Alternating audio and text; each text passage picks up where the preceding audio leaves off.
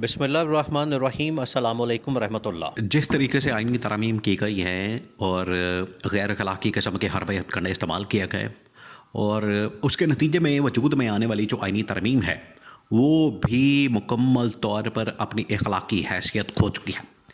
اور حکومت نے نون لیگ اور پیپلز پارٹی کو زیادہ شوق چڑھا ہوا تھا کہ ہم نے اپنے اقتدار کو بچانا ہے، حکومت کو بچانا ہے، ان کی اپنی سروائیول کا مسئلہ بن گیا تھا۔ اگر یہ آئینی ترمیم نہ کرتے، حکومت کے سروائیول کا مسئلہ بن گیا تھا۔ انہوں نے پھر کیا کیا؟ انہوں نے نہ آؤ دیکھا نہ تاؤ دیکھا، انہوں نے آئین کے اوپر حملہ کر دیا،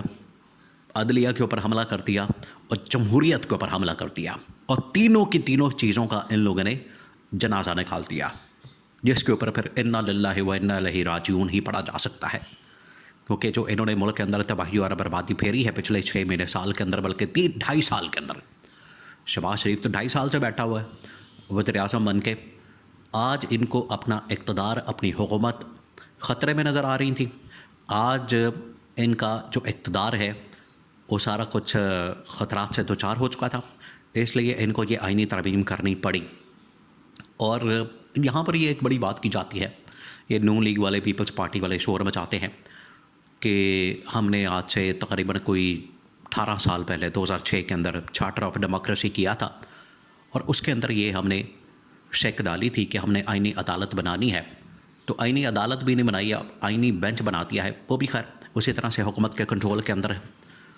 اب یہ 18 سال بعد، ٹوٹل 18 سے 20 سال بعد ان کو یاد آیا کہ اب ہم نے اس شک کے اوپر عمل درآمد کرنا ہے۔ اس سے پہلے جو ہے ایک گورنمنٹ آ چکی ہے پیپلز پارٹی کی، اس نے 5 سال کا ٹینیور مکمل کیا، پھر اس کے بعد گورنمنٹ آئی نون لیگ کی، اس نے 5 سال کا ٹینیور مکمل کیا، اور پچھلے 2.5 سال سے تو ٹوٹل 13-14 سال بن جاتے ہیں ان کی حکومت کے، اور ان کو آج یاد آیا ہے کہ ہم نے آئینی عدالت بنانی ہے۔ یہ ڈرامہ، یہ جو فلم اور یہ جو جھوٹی کہانی اور بیان کیا جاتا ہے، یہ تماشا بند کیا جائے، اس کو بند کیا جائے۔ آج ان کو ضرورت اس لیے پیش آئی کیونکہ عمران خان نے پہلے پریڈکشن کر دی تھی آج سے 4 مہینے پہلے کہ اکتوبر کا مہینہ جو ہے 25 اکتوبر اس حکومت کی لاسٹ ڈیٹ ہے۔ 25 اکتوبر جو ہے اس حکومت کے لیے لاسٹ ڈے ہے۔ 25 اکتوبر کو اس حکومت کا تیا پانچا ہو جائے گا۔ 25 اکتوبر کو اس حکومت کو ختم کر دیا جائے گا۔ ان کو نظر آ رہا تھا 25 اکتوبر کو کیا ہونا ہے، 25 اکتوبر کو نئے چیف جسٹس کی تعیناتی ہونی ہے۔ پرانے چیف جسٹس جو قاضی فائز عیسیٰ ان کی ہر سطح کے اوپر ہر جگہ پر سہولت کاری کرتا رہا، وہ 63A کا فیصلہ ہو، ہارس ٹریڈنگ کو جائز قرار دینا ہو، مخصوص نشستوں کا معاملہ ہو، مخصوص نشستیں چوری کر کے ان نون لیگ اور پیپلز پارٹی کے اندر بانٹنی ہو، اور پورے مینڈیٹ کو چوری کرنا ہو، ڈاکہ مارنا ہو، عمران خان کو لیول پلینگ فیلڈ سے محروم کرنا ہو، بلے کا نشان چھیننا ہو، ہر سطح کے اوپر قاضی فائز عیسیٰ نے ان کے لیے سہولت کاری کی۔ اور صرف یہی نہیں، ان کو NRO دینا ہو، نون لیگ پیپلز پارٹی کو ان کے کیسز معاف کرنے ہوں، اور ان کے لیے راستہ ہموار کرنا ہو، ایئرپورٹ کے اوپر جا کر نواز شریف کے کیسز معاف کروانے کے لیے اس کے تھم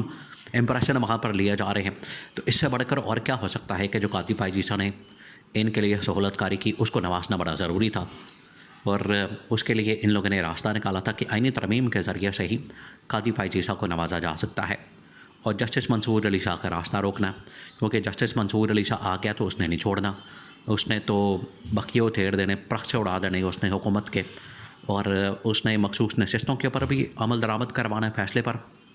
اور اس نے مینڈیٹ کا آڈٹ بھی کروانا ہے، مینڈیٹ کو بھی کھول دینا، انتخابات کو بھی کھول دینا، اور اس نے اس حکومت کی جئی تئی پھیر کے اس کو باہر پھینکنا۔ ان کو یہ نظر آ رہا تھا کہ یہ اگر ہم قاضی فائز عیسیٰ کو ایکسٹینشن نہیں دیتے، تو اگر قاضی فائز عیسیٰ ایکسٹینشن نہیں لیتا، یہ تو اب انکشاف آ چکا ہے ریکارڈ کے اوپر کہ حکومت نے پتہ نہیں کتنی دفعہ قاضی فائز عیسیٰ کو ایکسٹینشن آفر کی، وہ تو قاضی فائز عیسیٰ نے نہیں لی۔ اب اس کے اندر کتنی صداقت ہے، کتنی سچائی ہے، اس کا تو اللہ ہی بہتر جانتا ہے، لیکن کم از کم یہاں تک بات تو ثابت ہو گئی اعظم نذیر تارڑ بائی لا منسٹر اس کی جانب سے، کہ اس نے کہا کہ میں نے کئی مرتبہ قاضی فائز عیسیٰ کو انکار کرتے دیکھا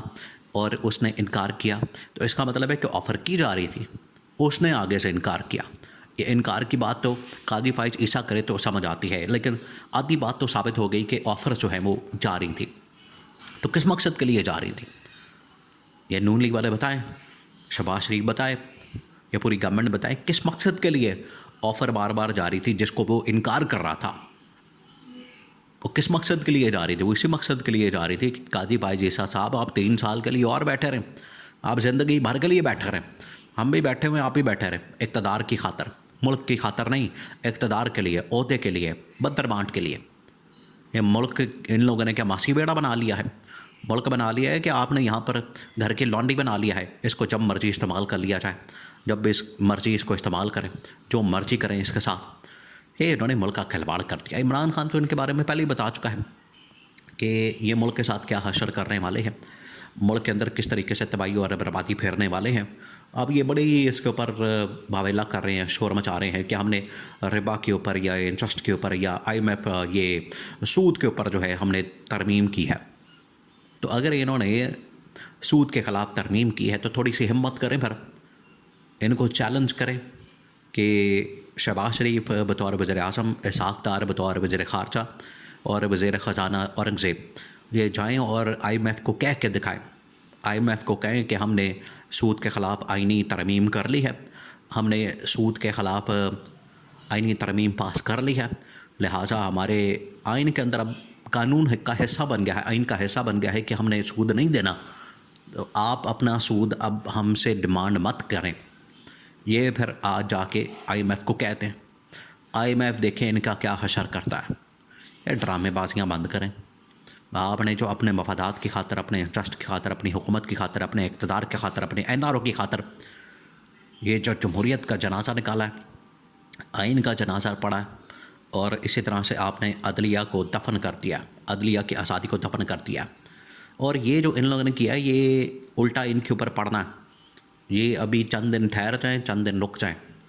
پھر ان کو سمجھ آنی ہے کہ یہ جو آج بڑی مٹھائیاں بانٹ رہے ہیں، بڑی خوشیاں منا رہے ہیں،